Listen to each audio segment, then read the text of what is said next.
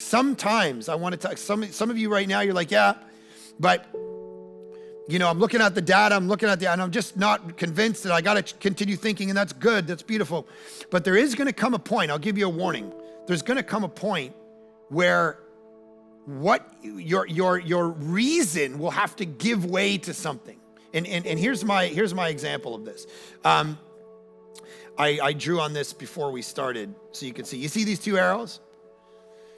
So if you look at these two arrows, just tell the people around you which one has the longer line in the middle, the bottom or the top. Bottom or the top, which line is longer in the middle? Of course, we look at it, the bottom. Bottom looks longer, looks like that line. The reality is both of those middle lines are the exact same size. One just looks longer than the other.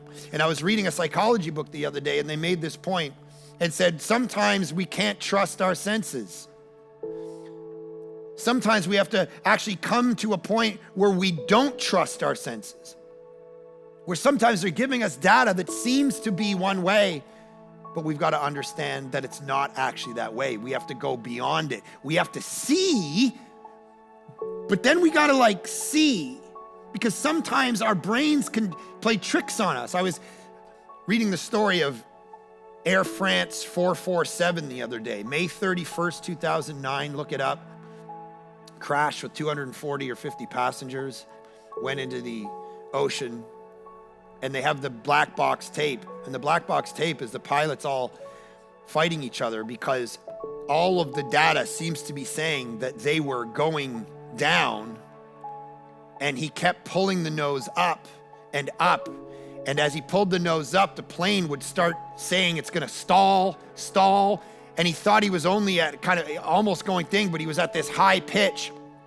And then the plane started, and as he's going, he thought he was pulling up, but he was actually pushing it down, and they're all arguing, and you hear the black, what are you doing? What are you doing? You need to pull up. He's like, I'm pulling up. And the plane just continued to go down at 10,000 feet per minute.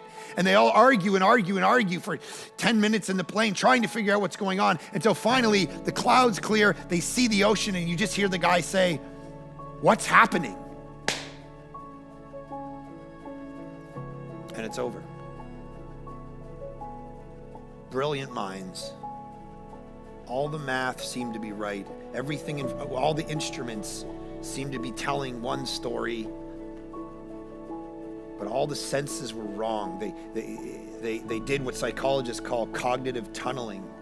And instead of thinking, they were reacting.